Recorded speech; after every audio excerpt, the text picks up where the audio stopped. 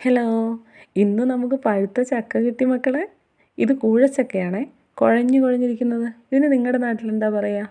കൂഴച്ചക്ക, പഴഞ്ചക്ക എന്നൊക്കെ പറയാറുണ്ട്. ഇന്ന് നമുക്കൊരു ചക്കയുടെ അങ്ങ് സെറ്റാക്കിയാലോ? ആദ്യം തന്നെ തണുത്തിരിക്കുന്ന ചക്കയ്ക്ക് നമുക്ക് അല്പം ചൂട് പകരാം. ഇനി 2 കട്ട ശർക്കര എടുത്ത് ഒന്ന് പൊടിച്ച് വയ്ക്കാം. എന്നിട്ട് ആവി കയറ്റിയ ചക്ക ഒന്ന് തണുക്കുമ്പോൾ ഈ ശർക്കരയും ചേർത്ത് കൂടെ തന്നെ കുറച്ച് ജീരകവും ഏലക്കയും ഇത്തിരി വെള്ളവും ചേർത്ത് ഒന്ന് അരച്ചെടുക്കാം. ഇനിയാണ് പണി. 2 കപ്പ് ഗോതമ്പ് പൊടി എടുക്കാം.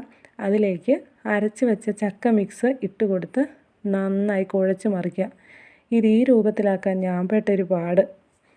ഇനി തയ്യാറായി നിൽക്കുന്ന വാഴയില കീറിനുള്ളിൽ വെച്ച് ഈ ഉരുളകളെ ഒന്ന് പരത്തിയെടുക്കാം. എൻ്റെ ഒരു ആകാംക്ഷ കൊണ്ട് ഇടയ്ക്കിടയ്ക്ക് ഞാൻ പരത്തുന്ന ഇലയൊക്കെ ഒന്ന് തുറന്ന് നോക്കുന്നുണ്ട്. ഇത് സെറ്റായോ എന്നൊന്ന് അറിയാനായിട്ടാണേ.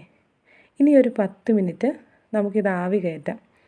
ആവി കയറ്റി കഴിഞ്ഞാൽ നമ്മുടെ വളരെ സ്വാദിഷ്ടമായ ചക്കയട ഇവിടെ റെഡിയാണ്.